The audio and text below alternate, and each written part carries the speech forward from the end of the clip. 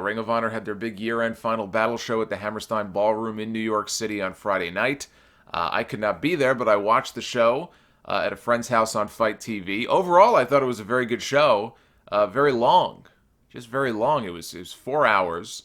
And apparently they still had to cut 15 minutes off that ladder match main event because I guess they ran long and couldn't fit everything in. Jeff Cobb and Adam Hangman Page had a very fun match for the television title. Of course, Hangman Page, one of the members of the Elite on their way out. The other thing I wanted to mention here is that dive. In the Matt Taven match, Matt Taven had a match with Dalton Castle.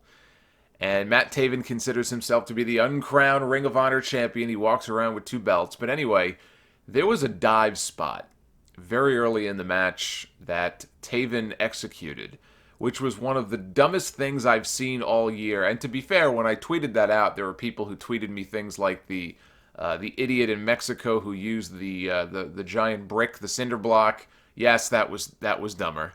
I'm sure I could probably think of 5 things that were dumber, but this is up there. This is up there. So Castle's outside the ring, and Taven does a giant dive out over the top rope, which everybody does. Nothing really extraordinary about it anymore. Everybody does it. Only in this case, Castle moved out of the way, and Taven landed ribs first right on the steel guardrail on a side of the ring where there is clearly not enough room. So it's not like, well, he just sort of either mistimed it or he overshot his target or whatever, and, shit happens. Yeah, shit happens, but you gotta visualize this. This was on a side of the ring where there was practically no room between the apron and the barricade, okay? And he knew this, and he did it anyway, and nearly landed in the front row. He probably would have been better off landing in the front row because he would have had all those poor bastards in the front row to break his fall, which was the other stupid thing. Not only did he nearly kill himself, he almost killed 5 people. Just so stupid, at least on that side of the ring. And this really was the night of stupid dives. Because Jay Lethal did about 10, he does, I guess that's a spot that he does, where he does these 10 dives in a row in his match with Cody, each one looking less impressive than the one before it, to the point where Cody really just became sort of a wall protecting him each time he would dive out. Wasn't taking any punishment, Cody was. He just stood there to make sure that Jay Lethal had a place to land. And my question when I'm watching this is, what exactly is that supposed to accomplish? Is that supposed to look punishing?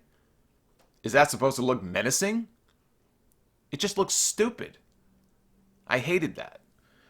Anyway, Dalton Castle. He lost to Matt Taven. There are rumors that WWE is interested in Dalton Castle. WWE is interested in everybody with any kind of name right now on the independent scene. They want to take as many people as they can away from Ring of Honor and away from MLW and away from these different promotions, and they want to stockpile all of this talent.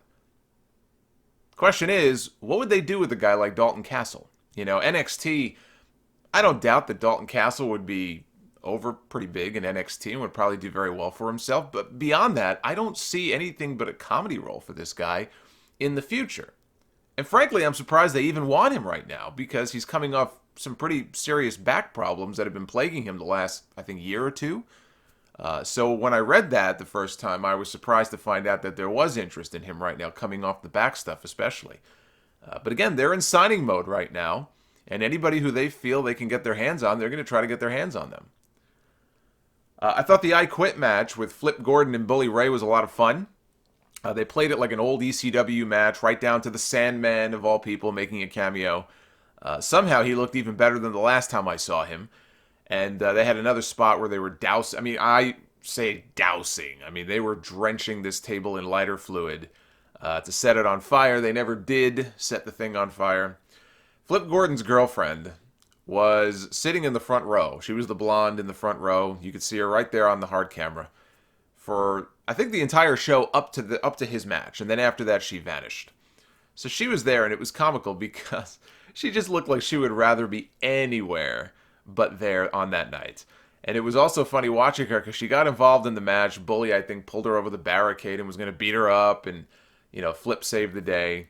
And he's bleeding. Flip got busted open, so he's bleeding all over the place.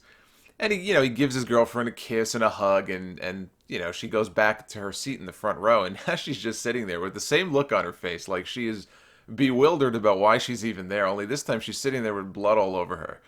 God knows what's going through this woman's head. She just had that look, like, what the hell am I doing here? But that was a fun match. Flip got Bully to say, I quit. So that was a great, fun, sort of, David over Goliath type moment there in a way. Jay Lethal beat Cody to retain the Ring of Honor World Championship. No surprise there, given that we know Cody is out the door. And the Briscoes won their 10th Ring of Honor Tag Team title, beating the Young Bucks and SoCal Uncensored in a tag team ladder war. And of course, as you would expect, some very crazy, insane spots here in this match, using the ladders, off the ladders. It's a miracle nobody was killed. Now, off the air, when the show was over, the Elite guys each took turns addressing the crowd. They said that they, obviously they said their thank yous, they said their goodbyes, they promised to see the fans back in New York City, whatever that means. And I think one of them also may have made a very subtle or not so subtle sort of all elite, like we're all elite reference. And they all raised their arms and they celebrated. I guess you could call it their curtain call, right down the street from the site of the original curtain call. The thing about Ring of Honor, I've seen people say, well, if the Elite leaves, what's going to be with ROH? It's going to be a mortal blow. The only reason people are interested or semi-interested in Ring of Honor right now is because of the Young Bucks and Cody, which I don't think is true. I think New Japan probably has as much to do with that as anything. But look, I think any reports of ROH's demise, with Cody and the Bucks leaving, are overblown. If you look at their talent roster, they have a solid core of talent to build around going into 2019. They've got Jay Lethal. They've got Jeff Cobb, who is very impressive and a lot of fun to watch. Marty Scurll, obviously, is friendly with those Elite guys, but he's locked down to a contract. He's not going anywhere. So they have Marty Scurll going into 2019.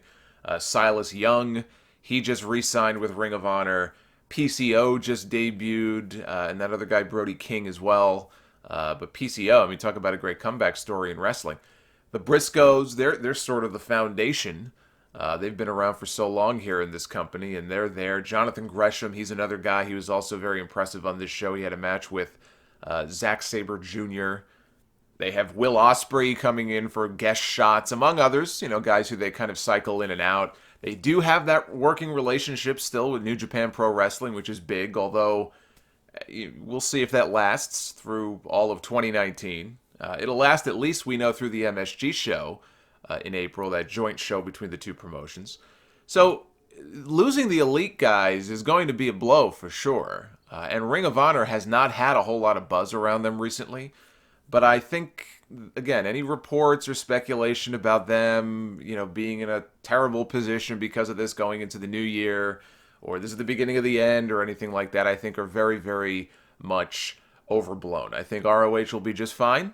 I don't know how much they will grow, given their current situation and where they are on TV and everything. You always want to grow and get bigger and kind of expand your footprint and all that. I don't know how much of that they'll be able to do, but as far as the overall health of the promotion, I think they'll be okay.